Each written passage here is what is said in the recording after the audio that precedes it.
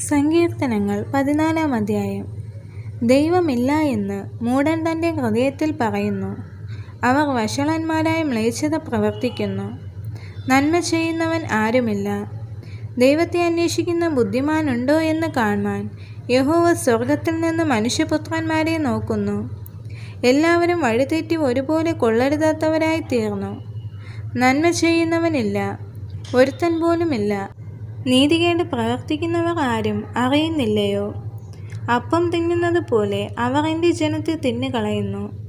യഹോവയോട് അവർ പ്രാർത്ഥിക്കുന്നില്ല. അവർ അവിടെ അത്യന്തം ഭയപ്പെട്ടു. യഹോവ നീതിമാന്മാരുടെ തലമുറയിലുണ്ടല്ലോ. നിങ്ങൾ ദരിദ്രൻ്റെ ആലോചനയ്ക്ക് ഭംഗം വരുത്തുന്നു. എന്നാൽ യഹോവ അവൻ്റെ സങ്കേതമാകുന്നു.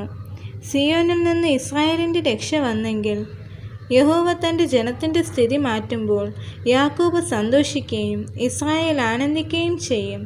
ഈ വചനങ്ങളാൽ ദൈവം എല്ലാവരെയും അനുഗ്രഹിക്കുമാറാകട്ടെ. ആമേൻ.